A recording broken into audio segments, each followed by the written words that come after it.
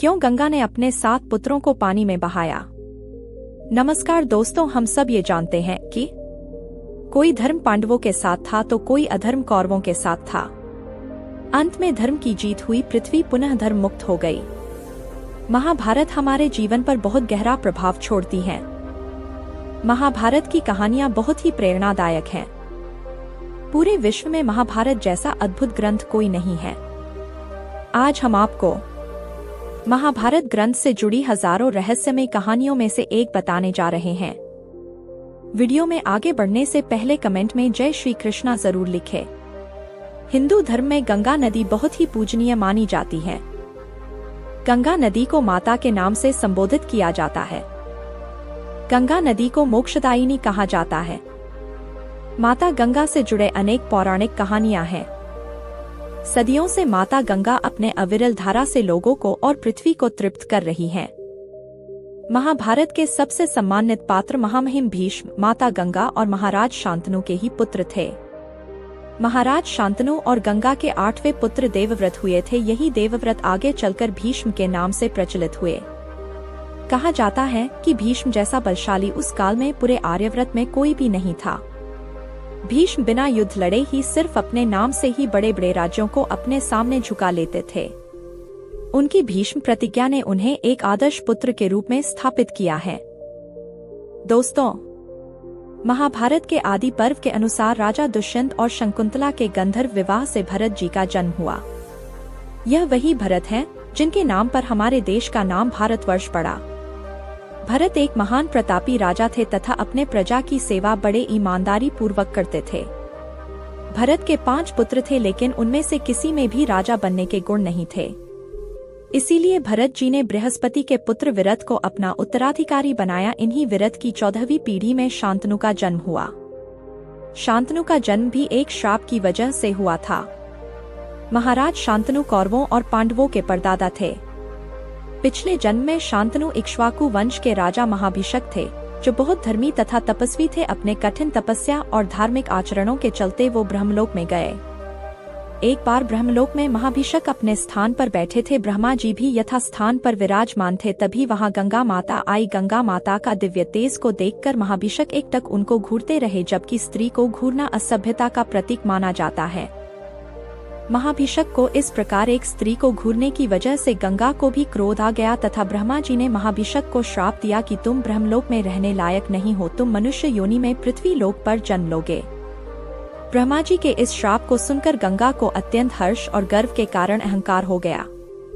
ब्रह्मा जी ने गंगा के नेत्रों में अहंकार को भांप लिया और गंगा को भी मनुष्य योनि में जन्म लेकर अहंकार रहित होने की सजा सुनाई। ब्रह्मा जी का श्राप सुनकर महाभिषक को बहुत दुख हुआ। यही महाभिषक पृथ्वी लोक पर कुरु वंश में विरत के 14वें पीढ़ी में शांतनु के रूप में जन्म लिया। एक बार शांतनु के पिताजी महाराजा प्रताप गंगा तट पर तपस्या कर रहे थे। महाराज प्रताप के मुखमंडल और तेज को देखकर गंगा उन पर मोहित हो गई तथा उन्होंने अपना जल स्तर बढ़ा दिया और महाराज प्रताप के दाहिने पैर को स्पर्श करते हुए स्त्री रूप में प्रकट हुई और महाराज प्रताप से विवाह का निवेदन किया। महाराज प्रताप ने कहा, हे गंगे, धर्मपत्नी तो वामांगी होती है, तुम तो दाहिने पैर पर विराजमान हो गई हो, वह तो पुत्रवधू का स्थान होता है। महाराज प्रताप के मुख से इस प्रकार का वचन सुनकर गंगा वहां से अंतर्ध्यान हो गई। कुछ समय पश्चात महाराज प्रताप के एक पुत्र हुए जिनका नाम पड़ा शांतनु। एक बार शांतनु गंगा नदी किनारे शिकार खेलने गए। शिकार का पीछा करते करते उनको बहुत जोर से प्यास लगी। वो जैसे ही गंगा तट पर अपना प्यास बुझाने गए कि वहां एक अति सुंदर स्त्री को खड़ा पाया। वह स्त्री देवलोक की जान पड़ती थी। वह स्त्री कोई और नहीं, गंगा ही थी। महाराज शांतनु सुंदर स्त्री देखकर मोहित हो गए थे। महाराज शांतनु ने उनसे विवाह करने का अनुरोध किया। गंगा ने भी हामी भर दी, लेकिन उन्होंने शांतनु के सामने एक शर्त रखी कि जब तक आप वह शर्त मानेंगे तभी तक मैं आपके पास रहूंगी। जिस दिन शर्त टूट गई उस दिन मैं हमेशा के लिए आपको छोड़कर चली जाऊंगी। गंगा ने यह शर्त रखी कि महाराज शांतनु कभी कोई प्रश्न नहीं करेंगे, चाहे गंगा कुछ भी क्यों न करे। महाराज शांतनु ने खुशी खुशी गंगा के इस शर्त को मान लिया तथा जीवन भर कोई प्रश्न नहीं पूछने का वचन दिया। उसके बाद महाराज शांतनु और गंगा का विवाह हो गया। दोनों खुशी खुशी सुखपूर्वक जीवन साथ साथ बिताने लगे। महाराज शांतनु कभी कोई प्रश्न गंगा माता से नहीं करते और माता गंगा भी सदैव महाराज शांतनु के साथ रहने लगी।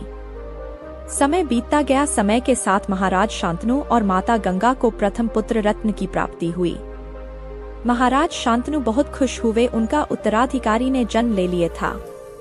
लेकिन महाराज शांतनु का यह खुशी ज्यादा समय तक नहीं रही। उन्होंने देखा कि गंगा ने पहले पुत्र को नदी में प्रवाह कर दिया। क्योंकि महाराज शांतनु गंगा से कभी भी प्रश्न न करने का वचन दिया था, इसीलिए उन्होंने गंगा से विलग होने के मोह में कुछ नहीं कहा और अपना सारा दुख सह गए।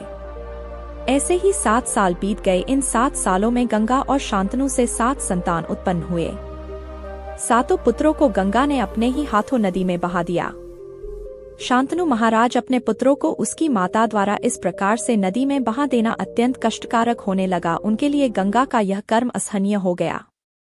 8वें साल महाराज शांतनु और गंगा को 8वें पुत्र का जन्म हुआ। गंगा पहले की तरह इस बार भी 8वें पुत्र को अपने गोद में उठा लिया और नदी में प्रवाहित करने के लिए चल पड़ी। लेकिन इस बार महाराज ने अपने वचन को तोड़कर गंगा का हाथ पकड़ लिया और उनसे प्रश्न किया कि आखिर क्यों उनके सभी पुत्रों को नदी में प्रवाहित कर रही है।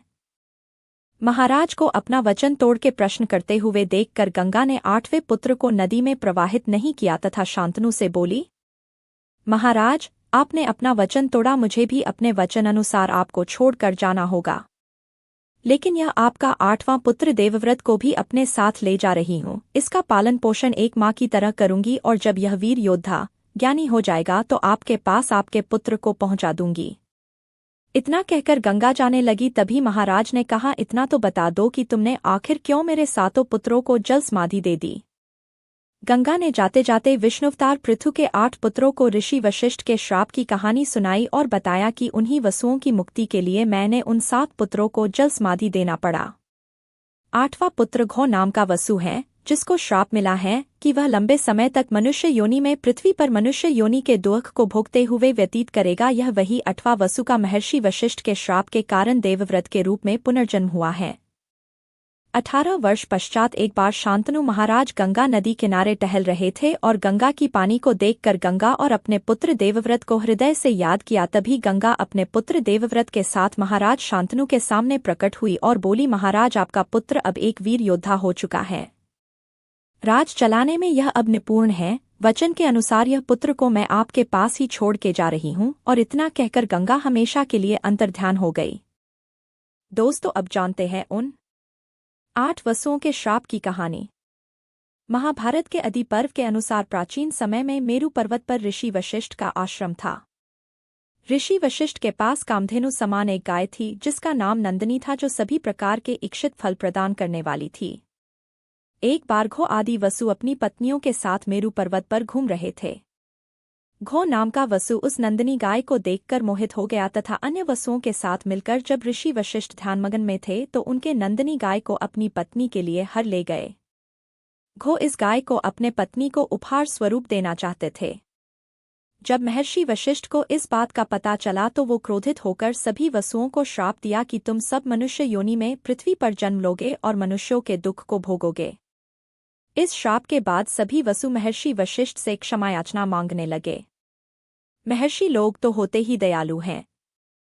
महर्षि वशिष्ठ ने इनके श्राप को माफ करते हुए कहा कि तुम 7 वसुओं को तो तुरंत ही मनुष्य योनि से मुक्ति मिल जाएगी, लेकिन यह घो नामक वसु मनुष्य रूप में लंबे समय तक पृथ्वी पर वास करेगा और मनुष्य योनि के दुख सुख का भोग करेगा। फिर सभी वसु माता गंगा से अनुनय विनय प्रार्थना किया कि इस श्राप से मुक्ति का कोई रास्ता बताए।